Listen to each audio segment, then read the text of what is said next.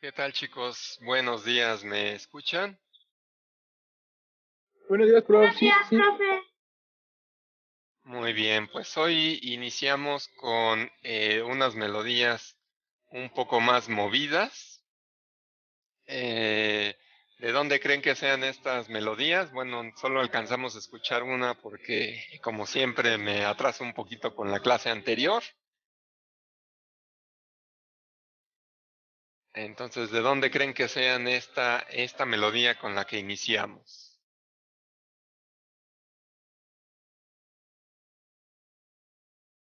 Pues se escucha como que de Estados Unidos. Me da vibes de Estados Unidos.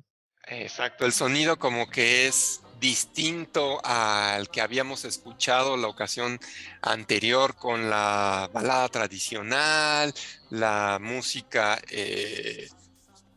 norteña, bueno, la música, perdón, ranchera.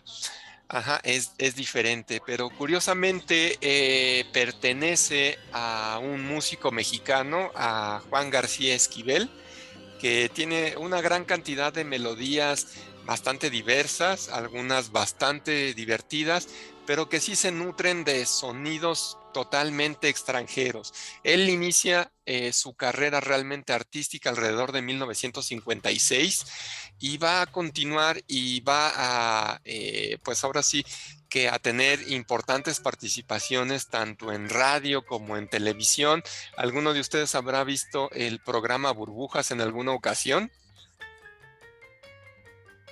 Digo, yo sé que ya no pertenece a ustedes. ¿Era el que tenía botargas o es otro?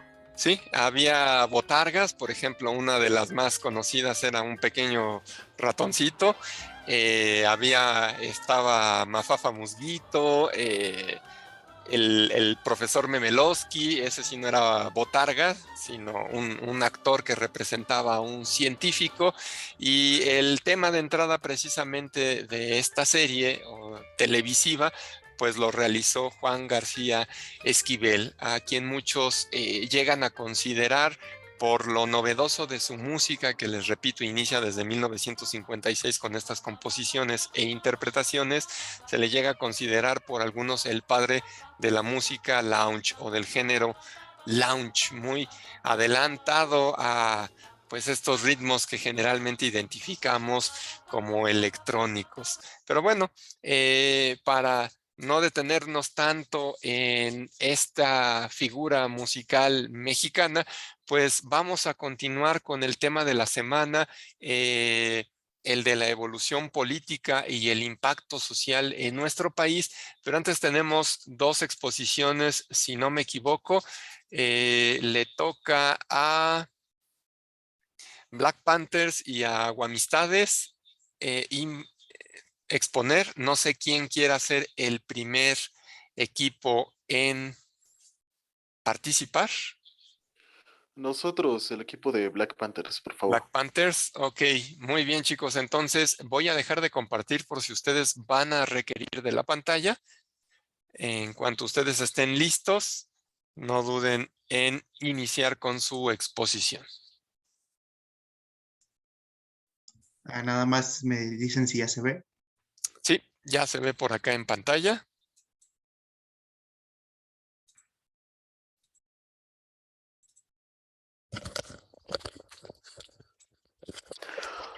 Muy buenos días aún, compañeros, profesor.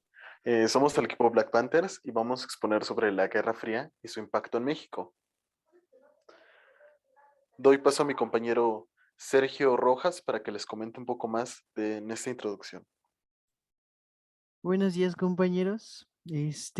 Bueno, voy a empezar con la exposición bueno, la Guerra Fría fue un conflicto que aconteció entre 1947 y 1991. El enfrentamiento fue político, ideológico, militar, social, económico e informativo. En ella se enfrentaron Estados Unidos y la ya extinta Unión Soviética. La lucha ideológica entre el capitalismo y el socialismo, las cuales eran totalmente incompatibles y solo una podría existir, llevaron a más países a dicho conflicto a ponerse en algún bloque de estos dos.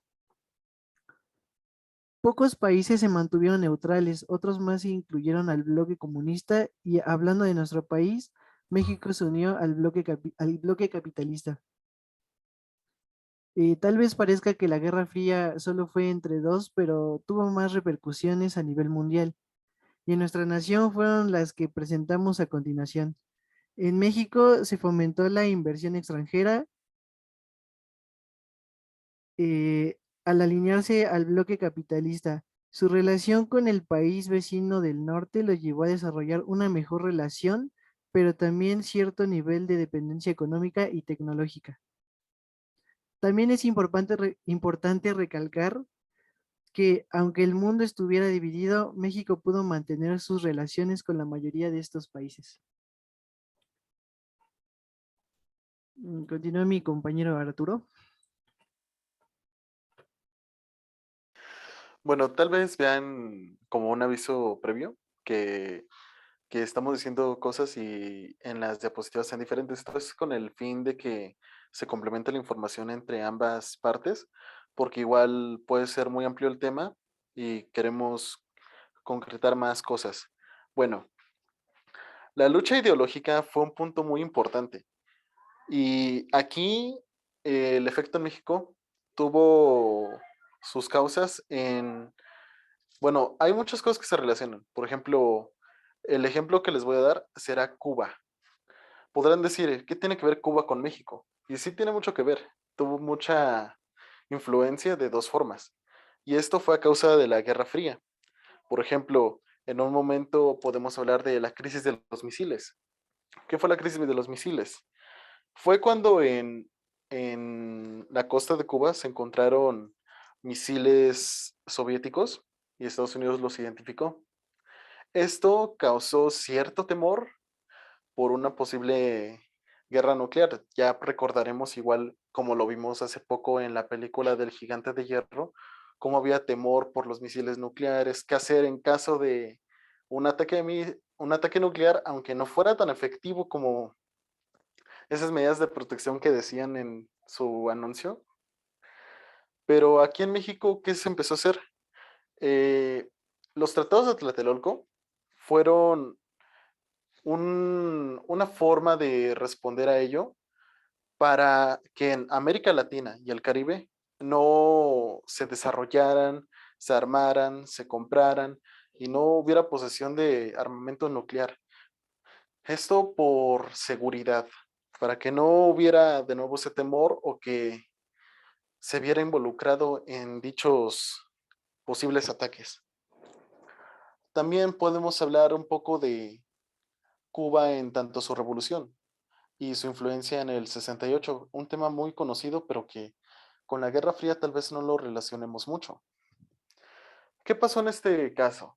Bueno, la Revolución Cubana, que como conocemos imágenes importantes como el Che Guevara, pues fue influencia para algunos movimientos como el estudiantil, el médico u otros más por la ideología de buscar los derechos de las personas, hacer exigir sus derechos constitucionales. ¿Qué pasó con esto? Que como México tenía una cierta dependencia con Estados Unidos, no le podía quedar mal. ¿Qué decía Estados Unidos? No, ya se te están infiltrando socialistas en México. ¿Y cómo respondió México? Con la milicia. Esto fue para, pues sí, quedar bien de cierta forma con Estados Unidos y decirle, no, aquí no va a haber socialistas, nosotros estamos aliados contigo, estamos en el bloque capitalista. Y esto permitió salvar México, entre comillas, para no tener conflictos con el, con el gobierno estadounidense. Eso lo podemos ver reflejado, por ejemplo, en la película de Rojo Amanecer, donde en algún punto la familia protagonista tiene que esconder los pósters del Che Guevara para cuando entran los hombres armados para que no vean que ahí había personas con influencia socialista. Así que podemos decir que Díaz Ordaz mantuvo esa postura no tanto por no querer hacer valer el diálogo con los estudiantes, sino también por la presión de Estados Unidos ante esta situación de lucha ideológica. E igual en ese tiempo México empezó a desarrollarse más militarmente, creando campo militar. Doy paso a mi compañero Sergio Rojas para continuar.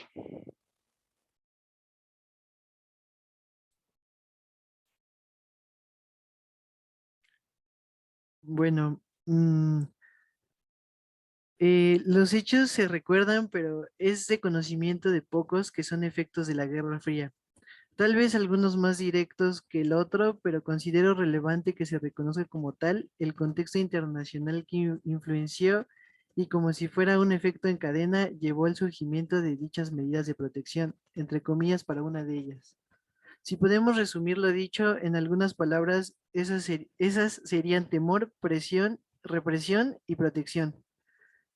En el panorama mundial de las cosas, la Guerra Fría concluye con la crisis política y económica de la Unión de Repúblicas Socialistas Soviéticas, que provocó su caída en 1991, dividiéndola en 15 repúblicas independientes, siendo Rusia la más importante. La disolución de la URSS terminó con la Guerra Fría y como consecuencia, dos acontecimientos históricos muy importantes ocurrieron. Uno de ellos, el primero de ellos es la caída del muro de Berlín, que ocurrió en 1989, y la reunificación de Alemania, que ocurrió en 1990. Y eso es todo de nuestra parte, y gracias por su atención.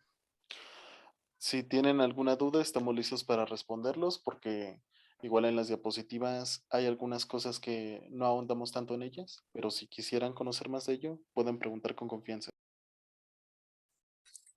Muy bien, muchas gracias, chicos. ¿Alguna pregunta, comentario para sus compañeros?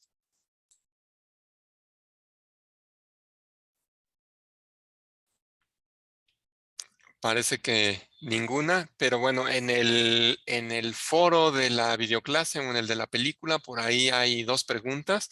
Más adelante las retomo y si ustedes gustan participar para ayudarme a contestar o intervenir, chicos, los que acaban de exponer, Black Panthers, con todo gusto pueden hacerlo, ¿vale? Estará por acá ya listo entonces el siguiente equipo, Guamitos, si no me equivoco. Sí, maestro. Sí, entonces adelante cuando estén listos.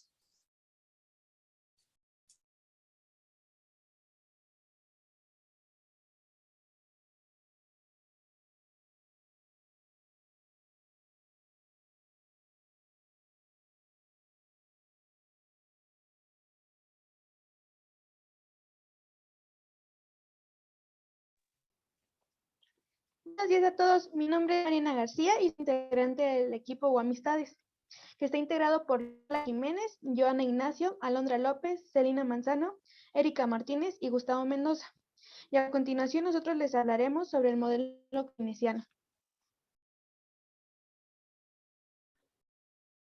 ¿Le puede dar a la siguiente, por favor? Bueno, para comenzar, no, una antes, por favor. Sí, para comenzar, vamos a citar quién fue John Keynes. Este fue un economista británico considerado uno de los más influyentes del siglo XX. Sus ideas tuvieron una fuerte repercusión en las teorías y políticas económicas en estos años. ¿Le puedes dar a la siguiente, por favor? Él fue un economista que popularizó la idea de que el consumo es el motor de la economía. Según Keynes, el ingreso total de la economía es la sumatoria de la inversión y el consumo, y de acuerdo a esto, pues podemos deducir que la inversión depende de la iniciativa privada, mientras que el consumo depende de los consumidores y del gobierno. Para este economista, dice que las crisis surgen cuando los inversionistas bajan su nivel de inversión, lo cual ocasiona que haya un aumento en el desempleo y como resultado el nivel de consumo disminuye. ¿Puedes darle a la siguiente, por favor? Bueno, la escuela keynesiana nace de la mano de este economista con su libro Teoría General.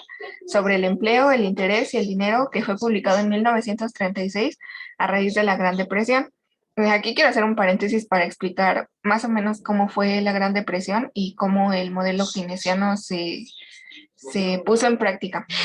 Bueno, la Gran Depresión, mejor conocida como la crisis de 1929, fue una crisis financiera mundial que se prolongó durante la década de 1930, en los años previos a la Segunda Guerra Mundial.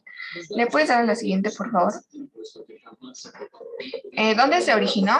La Gran Depresión se originó en Estados Unidos a partir de la Bolsa de Valores de New York el martes 29 de octubre de 1929.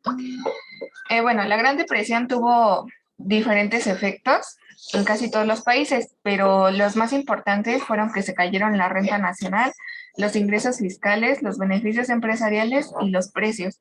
El desempleo aumentó pues a un 25% y en algunos países aumentó al 33%. Bueno, las ciudades se vieron gravemente afectadas, pero más que nada los países que principalmente se vieron afectados fueron los que dependían de la industria pesada y de la industria de la construcción. Como lo podemos ver en la gráfica, pues la bolsa cayó demasiado, o sea, se ve como que todo iba así, pues a lo mejor no parejo, pero sí iba a unos niveles considerables y en la caída pues se nota que sí bajó demasiado. ¿Puedes darle a la siguiente?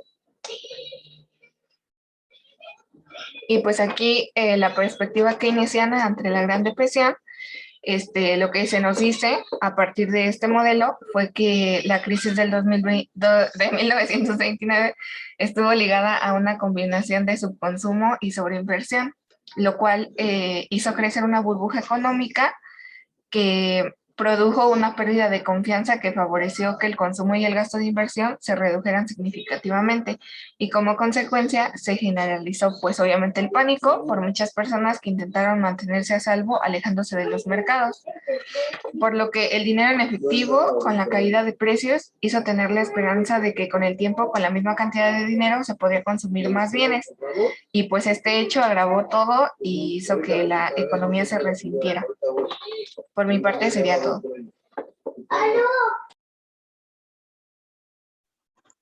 La teoría general. Los ortodoxos de la década de 1920 afirmaban que había desempleo porque los salarios eran demasiado altos. Les parecía que eran sostenidos artificialmente por los sindicatos nacionales y que los precios eran altos por las prácticas comerciales restrictivas. Así que su solución era que la economía de libre mercado y sin restricciones incrementó los impuestos y cortes drásticos en el gasto, especialmente en los beneficios del desempleo. La ortodoxia respondió que tarde o temprano retornaría el equilibrio. ¿Le puedes dar a la siguiente, por favor? Así que la respuesta de Keynes se formalizó en su obra Cumbre de la Teoría General, que rechazó la creencia clásica del estado de laissez-faire, del libre mercado y de la mínima intervención económica. Para Keynes era más sensible emplear personas para hacer cualquier cosa a cambio de salario, una vez de permanecer ociosos y que la fuera remunerado poco o nada. El tamaño de la propensión marginal o consumir era la clave para acudir a la magnitud del cambio en el ingreso nacional, necesario para provocar un equilibrio ideal en el cual los productores producían lo que los consumidores quisieran consumir. ¿Le puedes dar a la siguiente? Así que la Gran Depresión Mundial generó la plataforma para el trabajo de Keynes, Teoría General del Empleo, el Interés y el Dinero, publicada en 1936, que llegaría a ser el libro más influyente en el siglo XX. Así que la teoría general constituyó que el dinero no es neutro y puede demostrarse que las variables reales dependen de manera esencial de las variables monetarias y financieras, y que el nivel de precios no depende solo ni parcialmente, principalmente de la cantidad de dinero, y que una economía de mercado no es un sistema autocorregible que tiende al equilibrio en pleno empleo. Los dejo con mi siguiente compañera. Ok, ¿qué es el keynesianismo? ¿En qué consiste el keynesianismo? Este se basa en la intervención del Estado, definiendo la política económica como la mejor herramienta para salir de una crisis económica.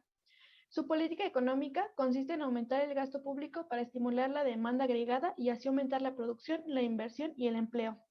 El objetivo de la ciencia económica es estudiar la asignación de recursos. Hasta entonces, la mayoría de los economistas se había centrado en la escasez de recursos. Keynes, por lo contrario, se centró en el exceso de recursos.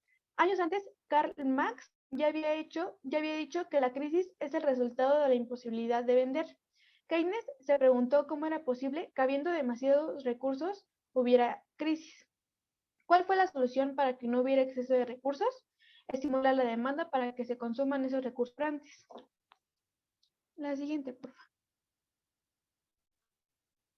El keynesianismo se basa en estimular la demanda para provocar un aumento del consumo y el empleo en momentos de crisis. ¿Y cómo se estimula la demanda? Mediante políticas monetarias y fiscales. Keynes fue partidario de utilizar las políticas fiscales. Aumentar a finales del siglo XX, las deudas de los países occidentales comenzaron a crecer de tal manera que los keynesianistas pasaron a recomendar las políticas monetarias como mecanismo para estimular la demanda.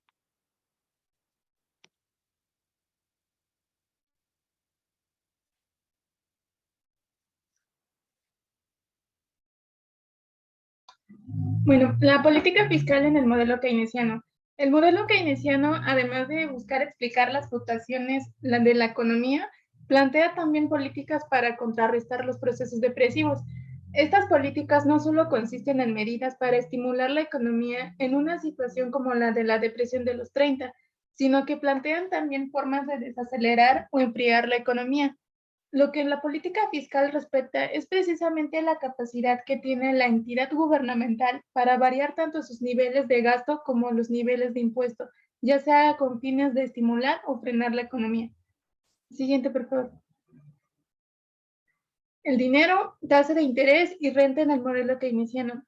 El dinero es un factor determinante en la teoría de Keynes, dado que él asigna la facultad de afectar la renta mediante un efecto en la tasa de interés. Dinero, el cual puede ser usado para cualquier transacción y que además no paga intereses. Los bonos, los cuales no pueden usarse en transacciones, pero que pagan una tasa de interés positiva denominada R. En esta economía simplificada, los agentes solo enfrentan una decisión financiera: cuánta de su riqueza desea mantener en dinero y cuánta en bonos. Le dejo con mi siguiente compañera. Un punto importante del modelo keynesiano es el desempleo, ya que es uno de los principales problemas de la crisis. Keynes argumentó que el paro no existe debido a la escasez de recursos, sino por la escasez de demanda, que provoca que no se consuma lo suficiente como para tener que producir la cantidad de bienes que dé trabajo a todos.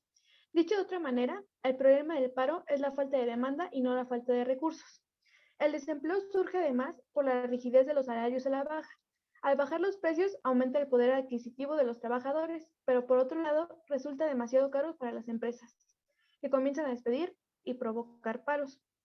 Al haber menos empleados en una economía, baja el consumo agregado y por tanto bajan de nuevo los precios, dirigiendo la economía a un círculo vicioso del que, según el keynesismo, solo se puede salir estimulando la demanda para generar el proceso inverso y aumentar el consumo, los precios y el empleo.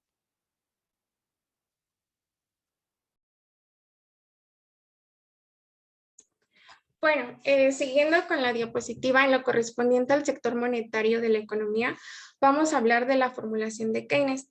Primero, Keynes dividió la demanda de dinero en dos partes diferentes, como se muestra. La primera es la demanda de transacción o saldos efectivos. Esto para satisfacer los motivos de transacción que llevan a mantener los saldos en efectivo. La segunda es la demanda de saldos ociosos para satisfacer un motivo de especulación. A esto, Keynes calificó esas demandas en M1 y M2. Con respecto a esta formulación, Keynes también dice que los individuos toman las decisiones de cartera después de haber comprado los intereses que no recibirán. Y si mantienen dinero con las ganancias de capital, mantienen bonos. La siguiente, por favor. Ahora, ¿qué dice el modelo de Keynes sobre la oferta monetaria? Pues Keynes plantea una función de oferta y demanda de saldos de efectivo, es decir, que era en función de existencias y no de corrientes. Esto es una teoría sobre el comportamiento respecto al a los tenedores de riqueza, que dice que cuando los tipos de interés están por debajo de los considerados normales, las personas emplean efectivo inactivo para adquirir bonos. La siguiente, por favor. En los salarios monetarios, Keynes suponía que el nivel de salario monetario dependía de fuerzas institucionales. Esto sujetó a algunas influencias también por el estado de la economía. Por ello, Keynes vio que el nivel salarial tendía a subir cuando el empleo era casi pleno.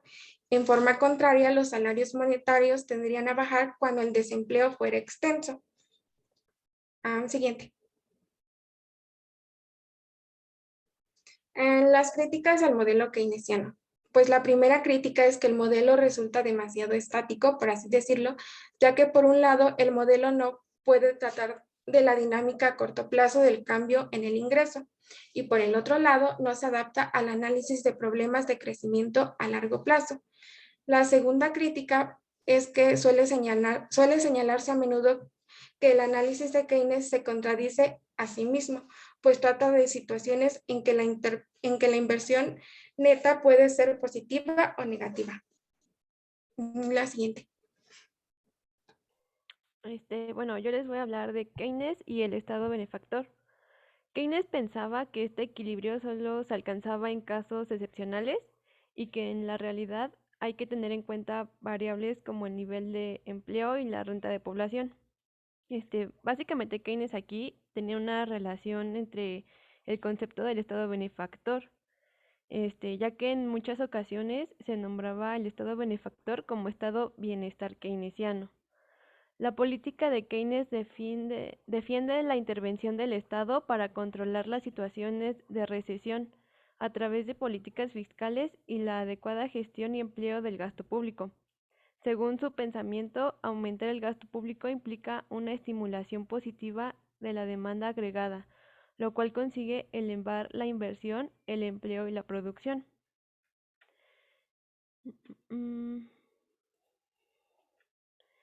El modelo keynesiano en México, en primer lugar, pues ya había una base sustentada aquí en México, que fue la Constitución de 1917, pues donde se pudo aplicar fácilmente algunos derechos que ya eran como la salud y la educación.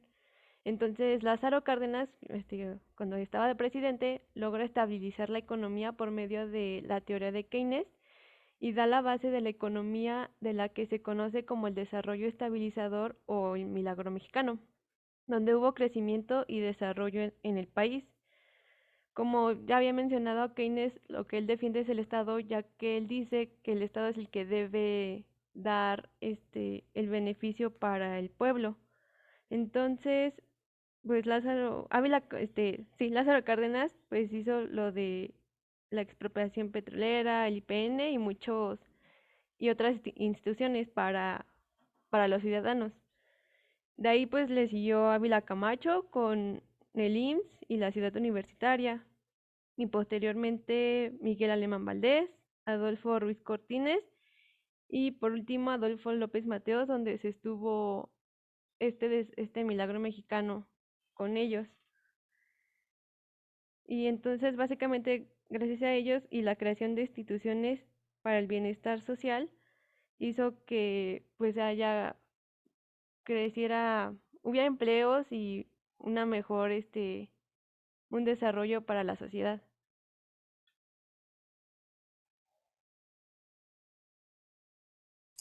Sí, ahora vamos a hablar acerca de la influencia de Keynes en la economía. Cabe destacar que las teorías de Keynes fueron tan influyentes que todo en su campo de la macroeconomía, llamada economía keynesiana, continúa desarrollando y discutiendo sus teorías. John Keynes se interesó en diversos campos de la cultura y fue una figura central del llamado grupo de Bloomsburg, el cual era conformado por artistas, que son los que están ahí en la imagen, y escritores del Reino Unido. Keynes realizó varios ensayos autobiográficos, pero los que más destacaron se encuentran en su libro Two Memoirs, que fue publicado en 1949. Me voy a regresar un poquito a los modelos de Keynes. Y básicamente las diferencias entre el modelo keynesiano y el monetarista se basan en los salarios y en los precios. ya que en el modelo keynesiano los precios eran muy rígidos y menos optimistas, y no se consideraban en las economías del libre mercado que respondían eficientemente a las perturbaciones. Y en el caso del modelo monetarista, aquí se defendió un mercado altamente competitivo, pues ahí se preocupaban por la inflación más que nada, ya que había más dinero en circulación del que debería de haber habido. Otra diferencia fundamental es que en el modelo keynesiano la economía puede alejarse del equilibrio general ante un desequilibrio entre el factor trabajo y los salarios. Y en cambio, la política monetarista tenía que eliminar el déficit público y evitar que los monopolios y sindicatos interfirieran en el funcionamiento del mercado del trabajo. El Estado benefactor y su rol como impulsor de la demanda. El Estado tenía como objetivo estimular a la demanda privada para poder invertir en la política fiscal, en la política monetaria. Básicamente el rol del Estado en la política fiscal era manejar el gasto público y los impuestos, y para la política monetaria Keynes tenía en mente proponer una política expansiva para así bajar la tasa de interés para fomentar la producción. Y me parece que esto sería todo por nuestra parte. Gracias.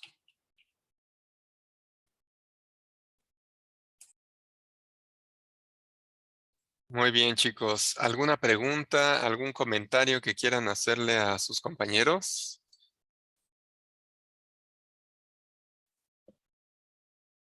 ¿Ninguno, chicos?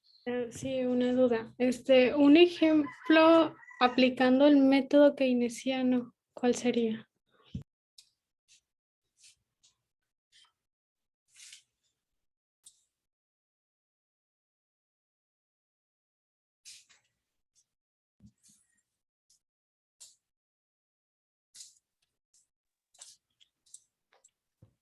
¿Cómo es que no sé, no te escuché?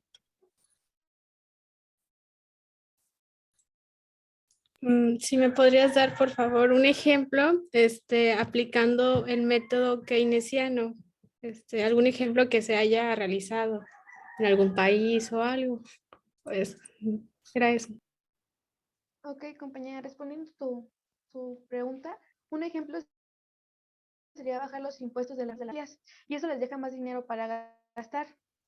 Esto disminuye los intereses a las empresas y a los bancos les anima pues a invertir, lo cual pues esto de bajar las rentas genera nuevos puestos de trabajo y construir colegios o hospitales que requieren, por ejemplo, más obreros, profesores, enfermeros y todo eso.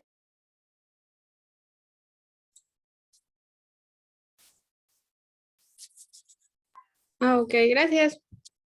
Bueno, voy a completar la respuesta. Prácticamente todos los países que se encontraban en un modelo de producción capitalista tuvieron que adoptar en algún momento determinado el modelo keynesiano, ya fuera algunas partes o en su totalidad. Si se fijan, aquí lo que estamos viendo es que hay nuevamente una intervención estatal, dejando al lado los preceptos, como bien dijeron, del dejar hacer, el dejar pasar, que era el precepto original del libre mercado, y que después de que el libre mercado se estuviera realizando, llegaría un momento de equilibrio perfecto, en donde prácticamente la inversión y el consumo constituiría un círculo que estaría recurrentemente nutriendo el ciclo, haciendo un ciclo sin fin. El problema es que no siempre va a haber la misma cantidad de demanda, tampoco siempre se puede garantizar la misma cantidad de oferta y va a haber desequilibrios económicos, ya sea por cuestiones internas o cuestiones externas que lleguen a afectar a una nación. Si ustedes recuerdan, por ejemplo, el filme de las uvas de la ira, con 1929 y el crack de 1929, pues prácticamente el modelo de libre mercado se había agotado. Recuerden ustedes que también los Estados Unidos pues se había nutrido en gran parte porque las economías que se estaban recuperando de la Primera Guerra Mundial y el pago de los créditos y los intereses que los Estados Unidos otorgó a algunas de estas naciones, pues también llegaban a su fin, lo que ocasionaba que los Estados Unidos también tuvieran una reducción general en los ingresos que estaba recibiendo. Y esto también genera y aumenta el efecto de la depresión de 1929. Entonces el Estado, si ustedes recuerdan al final de esta película, o bueno, no el final final, sino hacia la parte final, al menos de la mitad hacia el final del filme, podemos observar que, por ejemplo, hay campamentos gubernamentales con la finalidad de atender a la población. Y si se fijan, ¿qué tipo de trabajo le dan a los que están en este campamento estatal?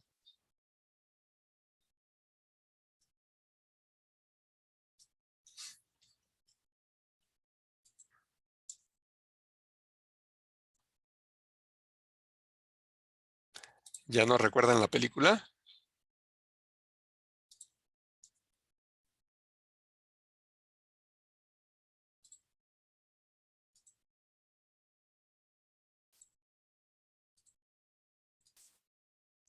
¿Cuál dijo, profe? Ajá, que si recordarán, por ejemplo, un ejemplo claro o ejemplos claros los podemos ver en parte de la película de Las uvas de la ira hacia la parte de la mitad al final de la película. Si recuerdan, hay un campamento estatal, ¿cierto?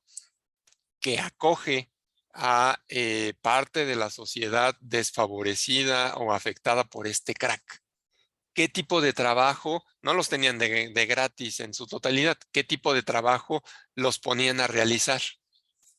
Yo recuerdo que los ponían a recolectar, creo que frutas o una cosita así. Bueno, ese fue el del donde fueron a pedir trabajo y entonces sí hacían recolección de productos agrícolas del campo. Pero si se fijan, empiezan a disminuir el pago por la cantidad recolectada y la familia decide abandonar ese campamento, además de que, para variar, el hijo conflictivo, en gran parte el protagonista de la película, pues ya se había metido en líos ahí dentro del campamento. No sé si recuerdan que le dan un golpe, lo tienen que esconder y salen de ese campamento y llegan a otro donde pasan un tope e incluso le dicen, ay, ¿qué es eso? Y se caen todos de la camioneta. No sé si recordarán esa parte.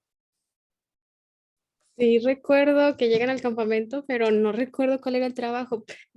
En la lógica, podría ser un trabajo ya sea de construcción de carreteras o algo que sea para la misma organización del gobierno en infraestructura. Pienso en eso, pero no recuerdo qué era exactamente. Sí, de hecho es precisamente eso. Vamos a encontrar unas escenas donde están picando alrededor de una carretera, no se sabe claramente qué es lo que están haciendo e incluso lo llegan a preguntar.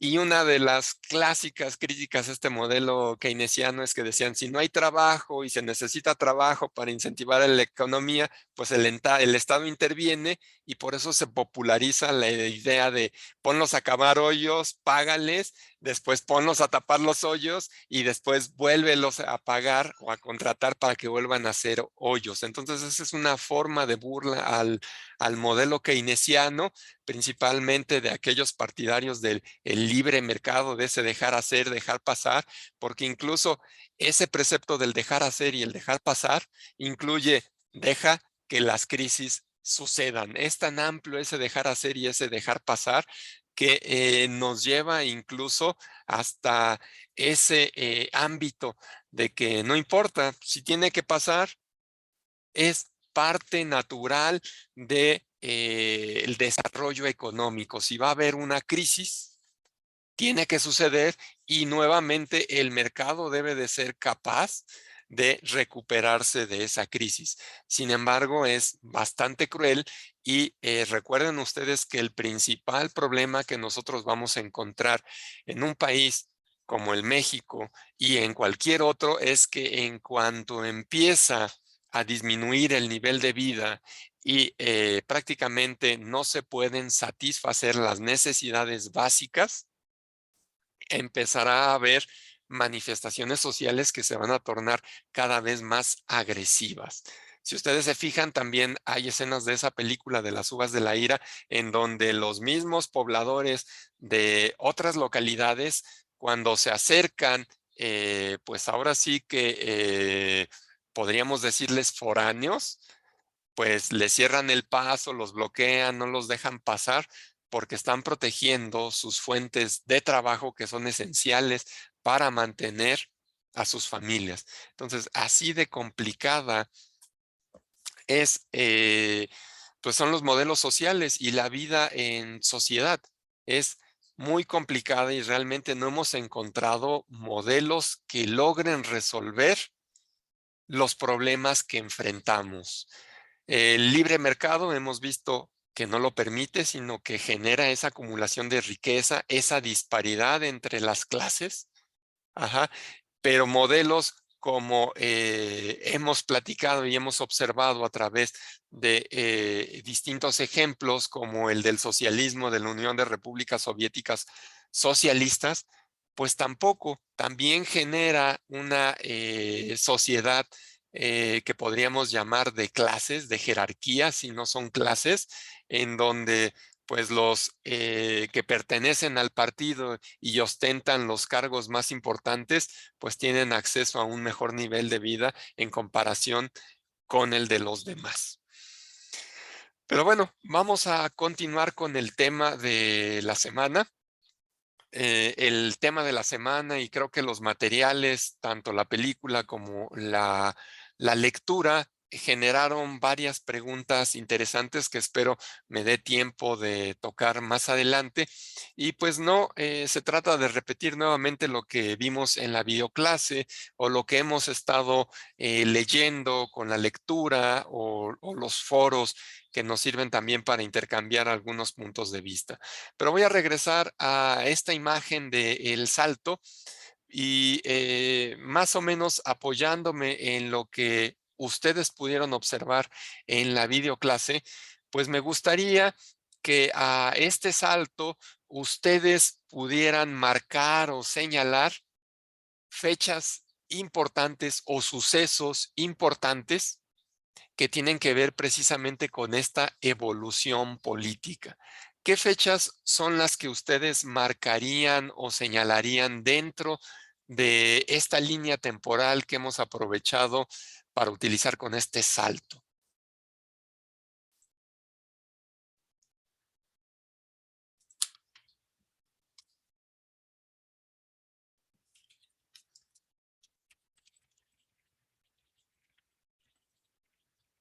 ¿Para qué dijo? Perdón, profe, es que no lo escuché muy bien. Ok, a ver, dejen. ¿Qué fechas o sucesos importantes añadirían a esta línea del tiempo en materia política?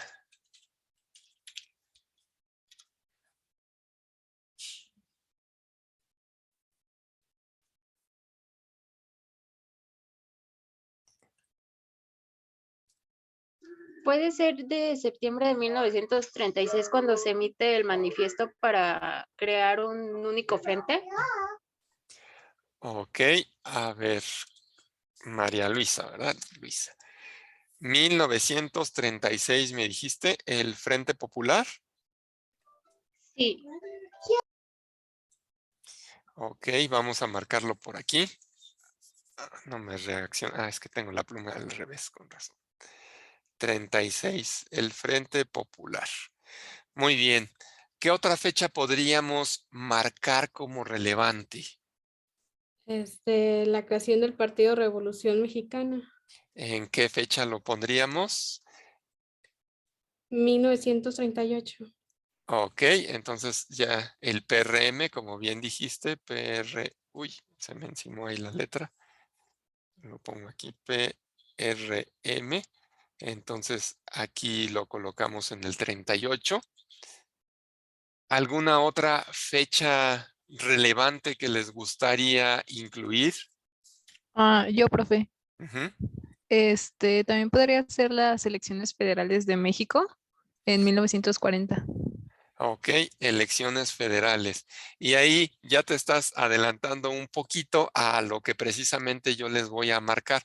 No solo la de 1940, sino prácticamente todas las elecciones que tenemos a partir de 1934.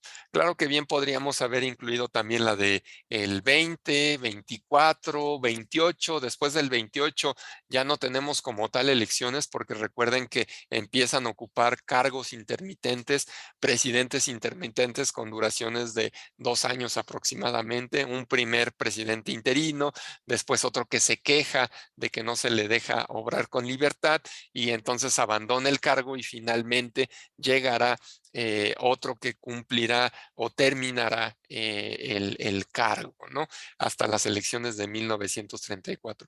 Pero sí, efectivamente, como menciona Grecia, estas fechas de las jornadas electorales son importantes. Grecia nos dice que la de el 40. Ajá, pero bien, recordemos nosotros que cambiamos el modelo del cuatrienio precisamente antes de las elecciones del 34, y a partir de ese momento quedan como actualmente las conocemos como sexenios, ajá, entre cada jornada electoral. ¿Alguna otra fecha o suceso que les gustaría señalar o agregar? El 18 de enero de 1946, cuando el Partido Nacional Revolucionario se disuelve y entonces entra el Partido Revolucionario Institucional. Muy bien, ajá, que es el nuevo, que es el actual nombre del partido como nosotros lo conocemos hoy en nuestros días. Hoy me quedó muy mal el círculo, era con la intención de poderlo circular, pero sí, en 1946 finalmente se hace el otro cambio sustancial. Recuerden ustedes, pues voy a añadir de una vez la fecha del 29 para poder tener todos los momentos en los cuales tenemos la creación del partido, su siguiente salto, que ustedes podrían decir, pues no es muy significativo ni cambia de gran manera porque es la élite reunida, la élite política reunida, pero recuerden ustedes que le van haciendo importantes añadidos, como sería el incorporar formalmente a campesinos y obreros a las filas del partido, posteriormente a otros sectores que tradicionalmente no estaban representados. Por ahí Alexis manda un mensaje. También en 1946 se federalizó el empadronamiento y se dejó a cargo un consejo electoral. Sí, las reformas precisamente electorales de ese año son muy importantes y nos van a proporcionar información importante, aunque todavía el censo no es muy confiable. Ajá, para las elecciones del 64, por ejemplo, ya nos van a poder permitir tener un porcentaje aproximado de los mexicanos que participaron de acuerdo a las características de poder ejercer el voto, es decir, todos aquellos que cumplan con esas características de ser mexicanos, mayores de edad y poder emitir un voto para la elección directa de los representantes de algún cargo público. Entonces, esa fecha también es importante. ¿Alguna otra fecha que les gustaría añadir? Profe, yo, Ujú. bueno, no sé si también entraría aquí en el 53, el voto de la mujer, el primer voto. Sí, es muy importante y que si se fijan, la lectura no lo señala, ¿cierto? No nos hace mención de esa incorporación del voto de la mujer en el año 1953. La próxima semana les voy a poner precisamente una película que no sucede en este año, pero que empieza a reflejar varias preocupaciones. El filme es de 1948. pero nos va a poner varios temas en la mesa y precisamente el tema de la mujer es uno de los temas que va a aparecer en esta película. Además, la intérprete pues es María Félix. Si no han tenido oportunidad de ver películas de la doña, pues va a ser una buena oportunidad para aproximarse a una de la que tal vez no es de sus películas más famosas, pero que sin embargo para mí cumple y permite ejemplificar varios de los aspectos que hemos podido discutir a lo largo de esta fecha. Como tal, se les otorga el voto en 1953, pero no podrán ejercerlo sino hasta las elecciones intermedias de 1955. Recuerden que a pesar de que las elecciones, las grandes, como les solemos decir, que son las del presidente cada 6 años, cada 3 años tenemos elecciones intermedias porque cada 3 años se renueva la Cámara de Diputados y así viene sucediendo desde aquel entonces. Entonces, en 1955, pues la mujer se va a estrenar con el voto que se le otorga en 1953. Jesús por ahí en el chat me pone que si también podría quedar la Constitución Política de los Estados Unidos mexicanos del 5 de febrero de 1917, pues sí, evidentemente también es una fecha relevante para señalar y un acontecimiento de suma importancia, la Constitución, porque si se fijan, es el documento que le va a permitir en gran medida a este aparato estatal naciente tener ciertos parámetros de hacia dónde debe dirigirse.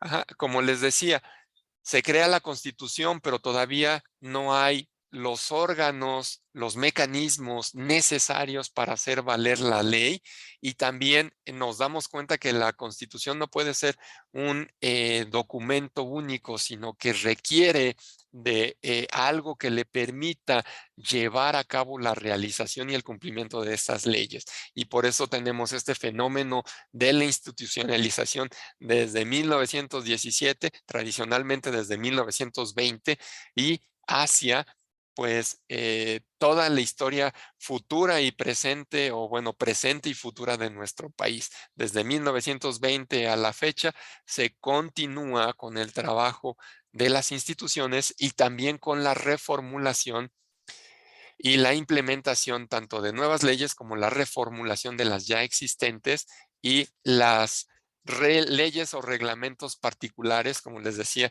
la Ley Federal del Trabajo, etcétera, que van a apoyar a ciertos artículos que por pequeños que nos puedan parecer dentro de la Constitución, son sumamente amplios al momento de su aplicación. ¿Qué otras fechas o sucesos añadirían? Maestro, también podría ser la creación del Partido Acción Nacional, siendo un partido moderado y surgimiento de una oposición. Ok, entonces tenemos que irnos nuevamente al 39 para señalar por aquí el PAN, el primer partido oficial de oposición y que se mantiene, aunque ya había varios partidos. Recuerden ustedes que ya estaba el Partido Comunista Mexicano, etcétera, etcétera, pero que como tal no se les daba un peso o un valor significativo. También dentro de estas reformas del 46, pues es importante señalar que también se establecen cuáles van a ser los requisitos mínimos para que un partido pueda proponerse y obtener el registro oficial. Entonces también eso es muy importante porque antes, como bien nos señalaban, la existencia de más de 8,000 partidos que aparecían cuando se acercaban las jornadas electorales con la intención de acceder a algún cargo de representación, pero que no tenían esa característica de ser nacionales. Entonces aquí sí podemos decir que el surgimiento del PAN es relevante porque es también un movimiento partidista organizado finalmente que tiene un alcance nacional, al igual que el PNR surgido en 1929. ¿Algún otro dato o fecha que añadirían ustedes? Puede ser lo del el Congreso, la reunión secreta en Moscú en 1935. Ok, a ver, cuéntanos más de esta reunión secreta de Moscú. Digo, sí lo menciona el autor en algún momento. Pues habla sobre que era una reunión comunista donde ay, ¿cómo se llama? George Dimitrov, es cuando da la idea de, ay, espérame, es que aquí lo tengo. Dirige un llamado a los partidos comunistas para organizar frentes populares contra el fascismo. Exacto, por eso es importante hasta cierto punto. Los comunistas contra los fascistas. Ajá. Aquí es muy importante porque todavía la Unión de Repúblicas Soviéticas Socialistas está fresca. Ajá, entonces todavía despierta muchos ideales y hay muchos ideales por llevarse a la realidad, de acuerdo a la teoría marxista o a la teoría marxista-leninista.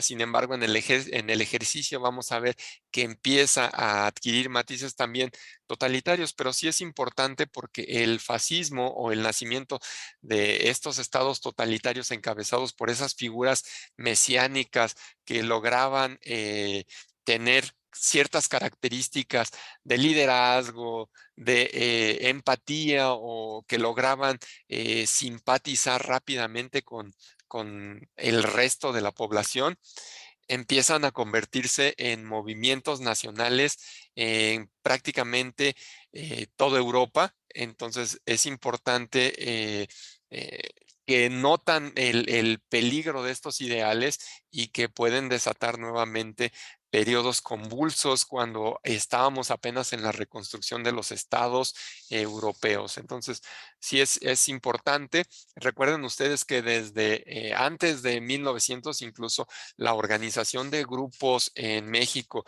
con tendencias socialistas comunistas no es raro, pero no tienen un alcance nacional. También podemos observar que para 1912, por ejemplo, la Casa del Obrero Mundial se permite, pero que desde toda la década de 1900 a 1910, la Casa del Obrero Mundial, o al menos buscan la posibilidad de instaurarla de forma formal en nuestro país, no logra hacer con el porfiriato, pero Madero sí les permite el registro.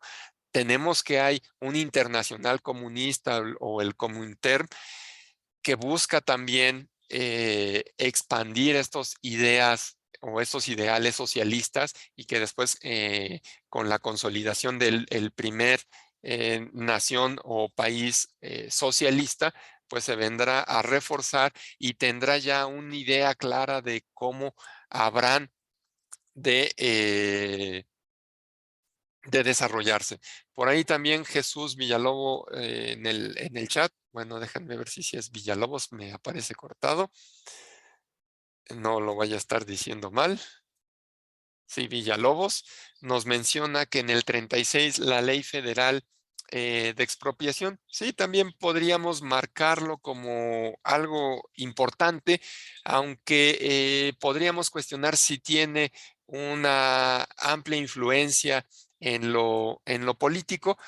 Sí podemos decir que al menos en materia de política exterior tiene relevancia, porque precisamente va a reformar preceptos claves que incluso Carranza en 1918 manifiesta. Yo por ahí les había compartido algunas de las ideas de Carranza, en donde desde 1915-1916 se manifiesta en contra del intervencionismo. En 1918 en su informe anual precisamente la remarcará que México no estará supeditado a intereses extranjeros y que debe de tener las facultades necesarias para hacer el uso y explotación de sus propios recursos naturales. En el 36, durante el cardenismo, también sabemos que la ley agraria y la expropiación y precisamente la defensa al artículo 27 es importante. Y va a ser parte también de la política que va a implementar durante todo este sexenio. Pero bueno, Vamos ahora con toda esta información que hemos recolectado y aparte de las jornadas electorales, en el ánimo de no repetir precisamente información que ya vimos, pues vamos a analizar un poquito cómo fueron las jornadas electorales durante precisamente estos sexenios que van del 34 al 64. Si vemos el primer sexenio o la primera jornada electoral en donde ya hay un candidato oficial por parte del partido y que se desenvuelven las elecciones de una manera natural, el general Lázaro Cárdenas pues se lleva una victoria aplastante en 1934 con el 98.2% de los votos. Ajá.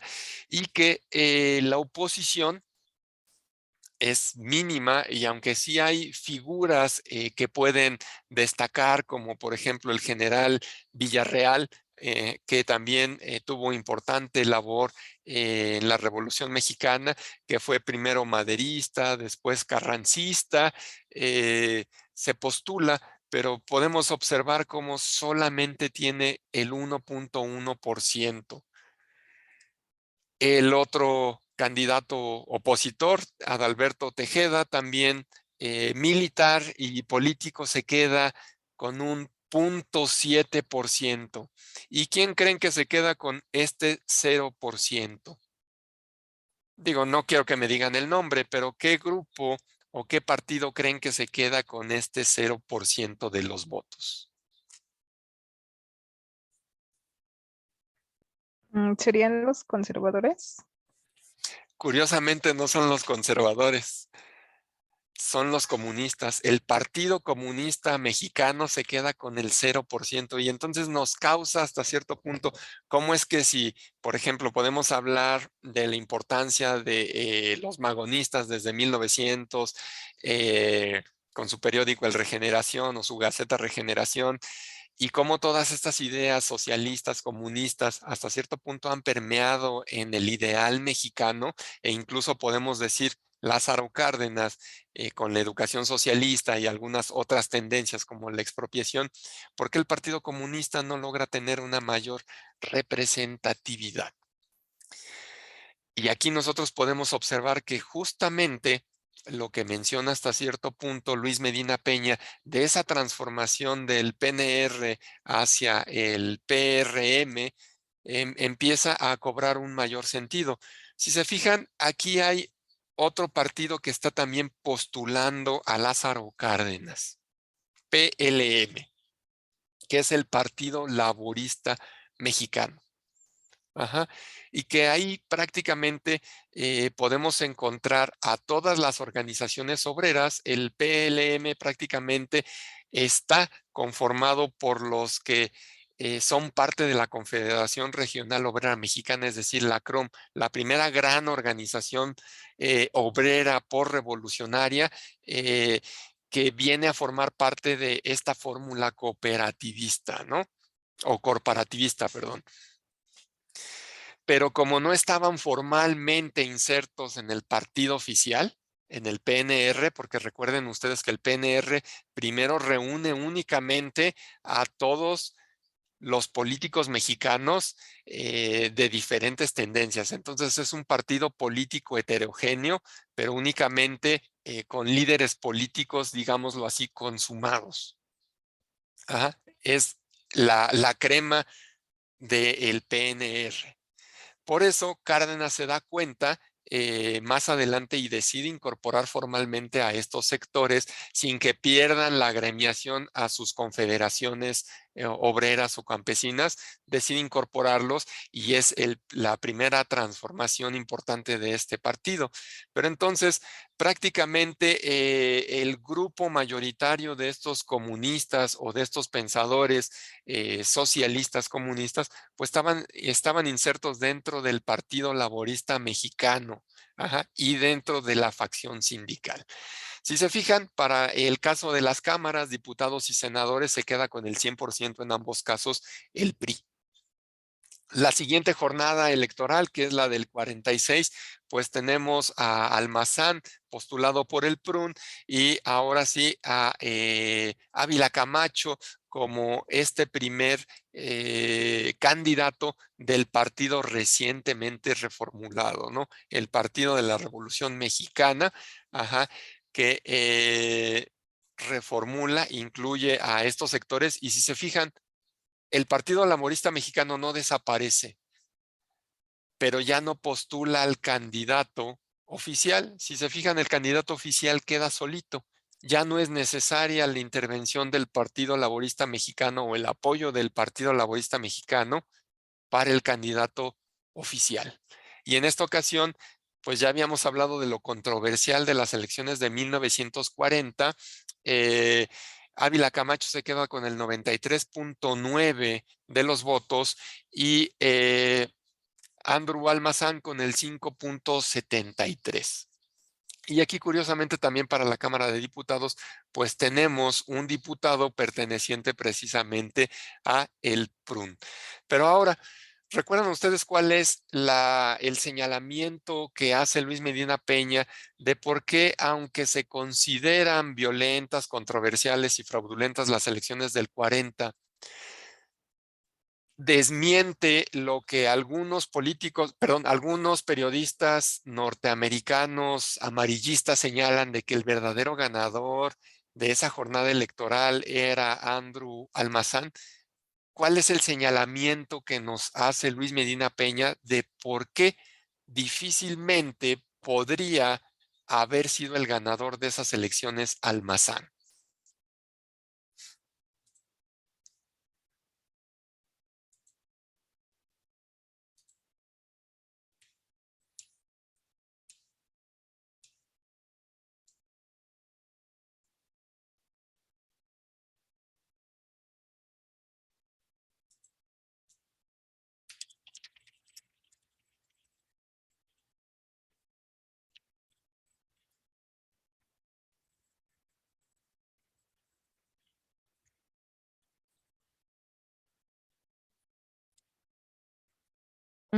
Profe, bueno, no sé si sea correcto, pero ¿no tendría también que ver con que Almazán dijo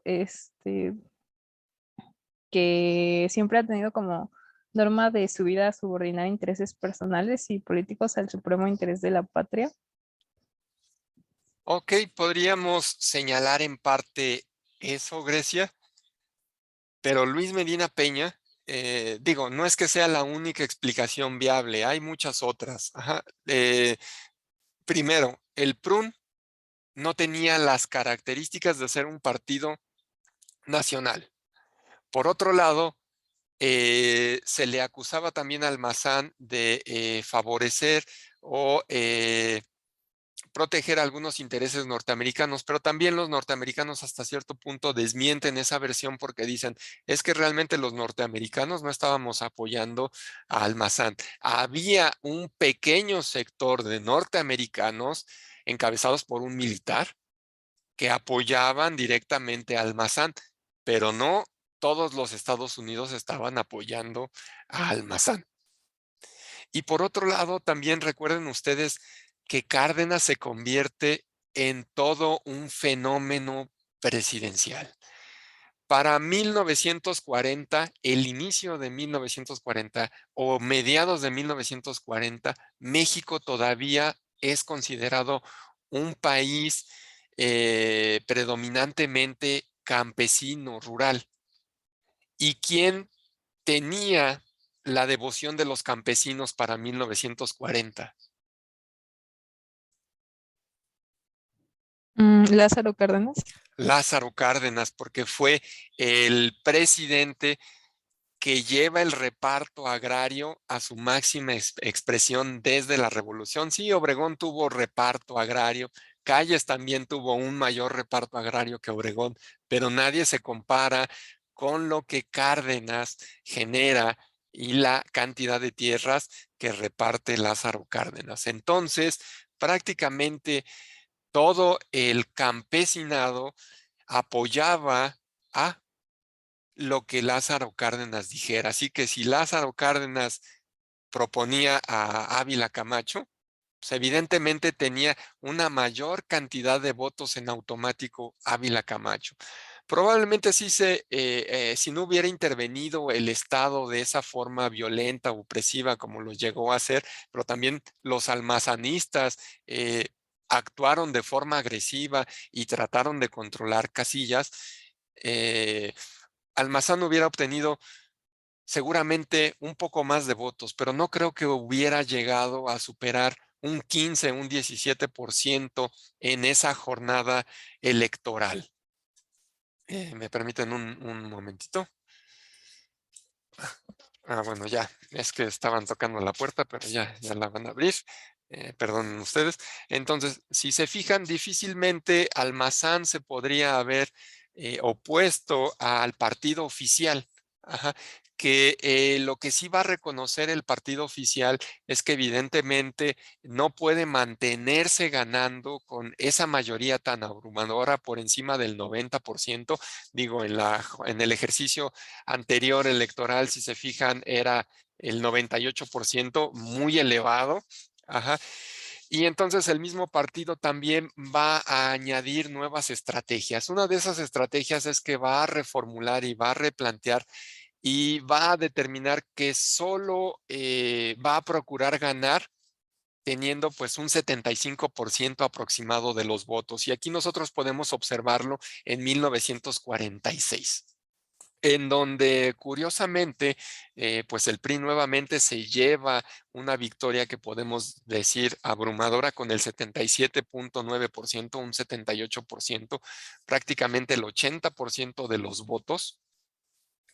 Y hay otro partido ahora, el Partido Democrático Mexicano, que postula a Ezequiel Padilla Peñalosa, un abogado, escritor, orador, político, diplomático, que ocupa varios cargos desde que Calles fue presidente. Entonces, si se fijan, hay un estrecho vínculo entre este candidato que obtiene un 19.3% y los políticos oficiales. Es decir, desde mi punto de vista, ¿alguien conoce algunas tácticas mercadológicas que utilizan algunas compañías que, por ejemplo, comercializan un tipo de productos y generan una submarca para entonces posicionar y generarse competencia?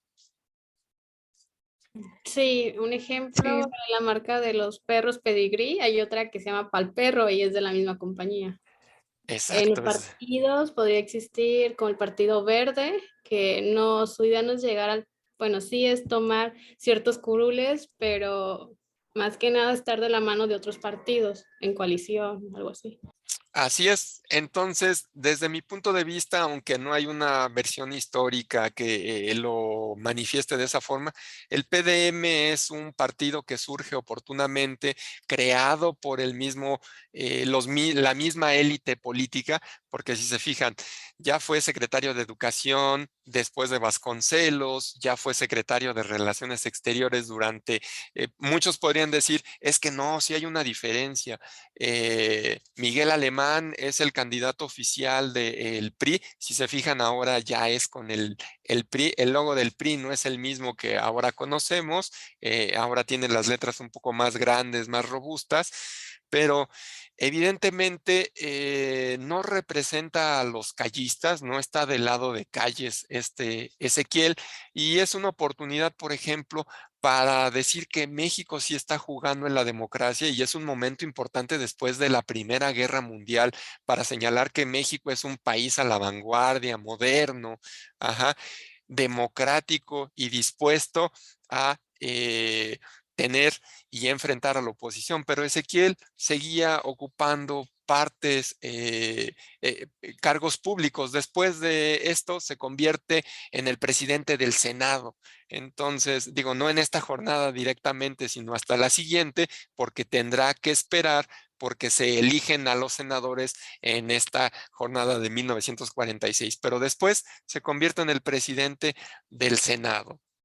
Ajá, y también pues encontramos que el PDM se queda con 4 curules y el resto de los partidos efímeros se queda con un 2.8 y ocupan un cargo en la Cámara de Diputados. Pero así el mismo partido puede empezar a crear esa idea o esa imagen de que México sí es un país hasta cierto punto democrático. Para las elecciones del 52 vuelven a aplicar la misma fórmula, ya no como tal directamente con alguien procedente directamente de los cargos públicos, como sucedió con Ezequiel, pero vemos cómo Adolfo Ruiz Cortines se queda con el 74.32% y curiosamente el lema de su campaña es austeridad y trabajo.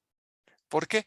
Porque ya para 1952, recuerden ustedes que estamos tratando de extender artificialmente los beneficios económicos que obtuvimos de esta Segunda Guerra Mundial, que bueno, curiosamente no señalamos aquí, pero que ya habíamos señalado, por ejemplo, en la sesión anterior y también en la videoclase de esta semana también habíamos enmarcado esta Segunda Guerra Mundial como un dato fundamental para entender lo que está sucediendo.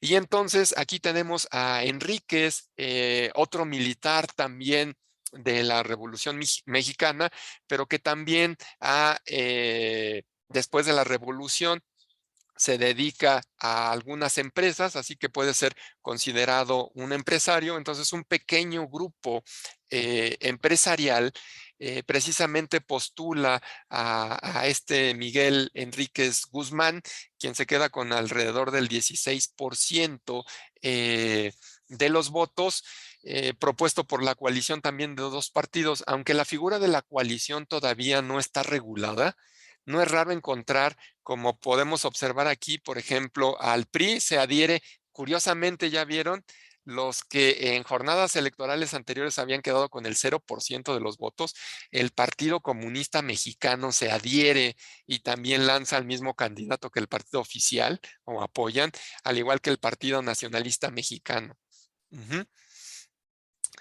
Y entonces esta coalición de partidos, la Federación de Partidos del Pueblo Mexicano y el Partido Constitucionalista Mexicano, son los que promueven a este militar. Ya podemos ver que es de orientación carrancista, precisamente por el Partido Constitucionalista Mexicano que lo está promoviendo.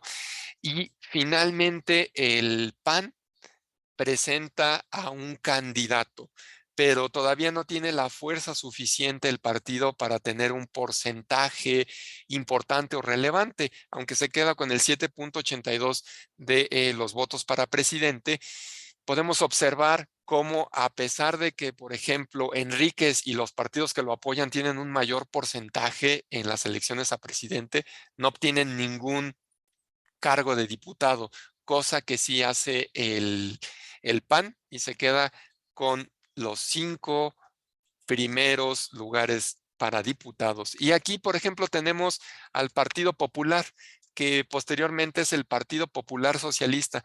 ¿Alguien recuerda qué señalamiento hace Luis Medina Peña sobre este Partido Popular Socialista? ¿Qué nos dice de este partido?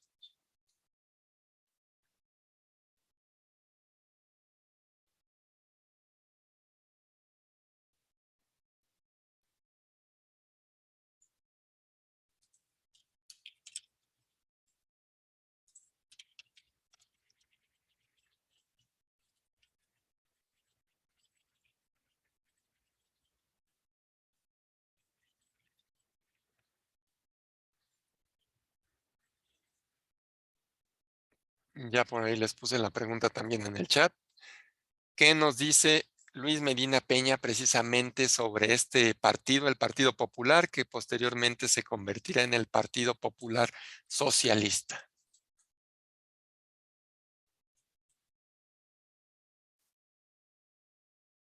¿Es el partido que creó Lombardo Toledo?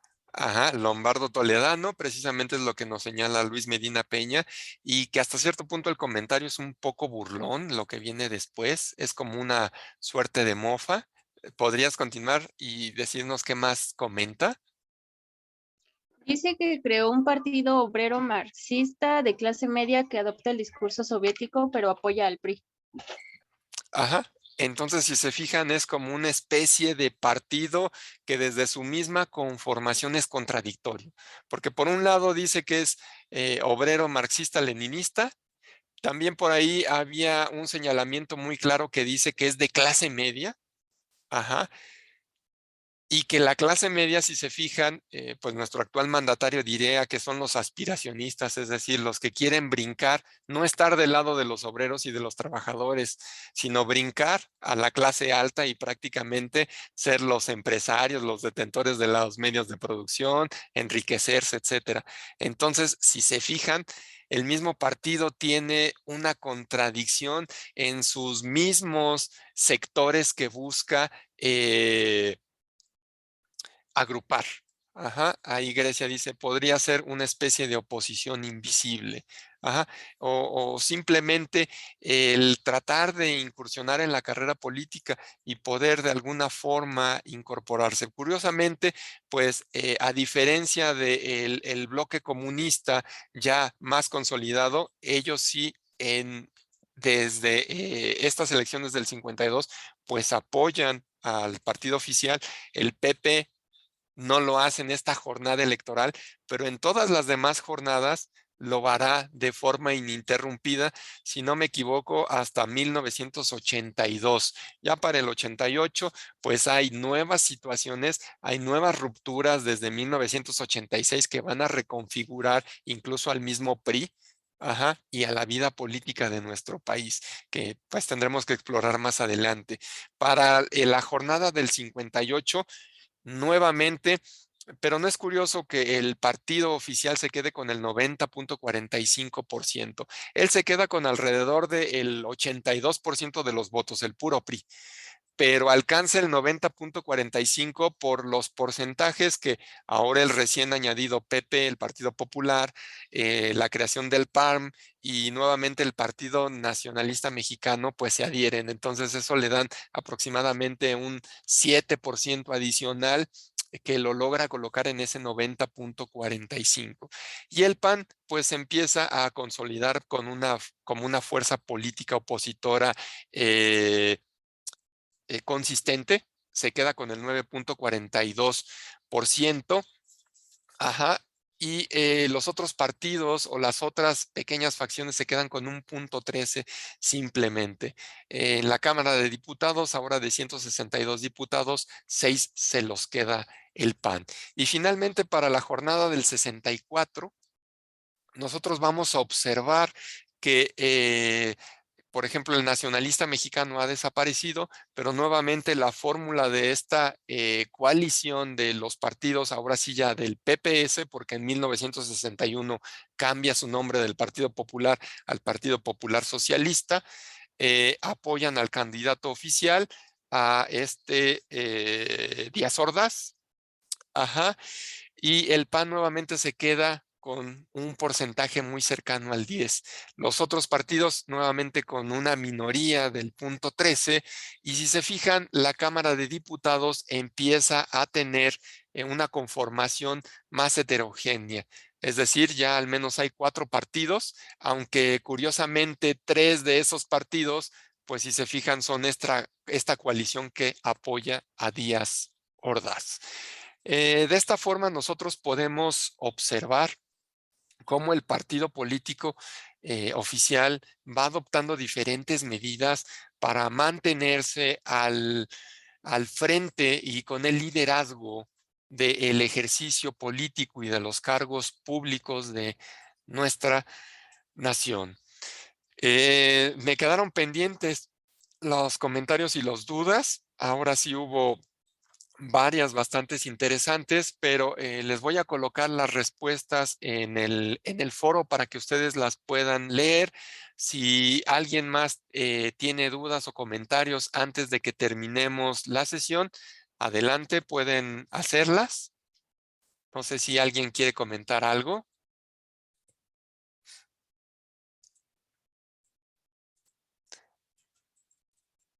Si alguien en particular colocó alguna de las preguntas que está en el foro y quiere esperarse para oír la respuesta, pues también lo podemos hacer.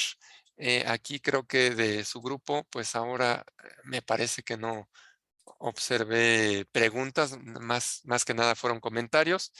Si ya no hay preguntas y comentarios, chicos, sería todo lo de esta sesión. Este fin de semana les coloco las actividades y va a ir el segundo trabajo en equipo que les voy a colocar, cuáles van a ser las características. Y pues también recuerden que les coloco los materiales que vamos a discutir la próxima semana. Si no hay comentarios, chicos, preguntas, eso sería todo por el momento. Les deseo un estupendo fin de semana. Que estén muy bien. Muchas gracias, profe. Gracias, profe, igualmente. Profesor, gracias. Nos vemos.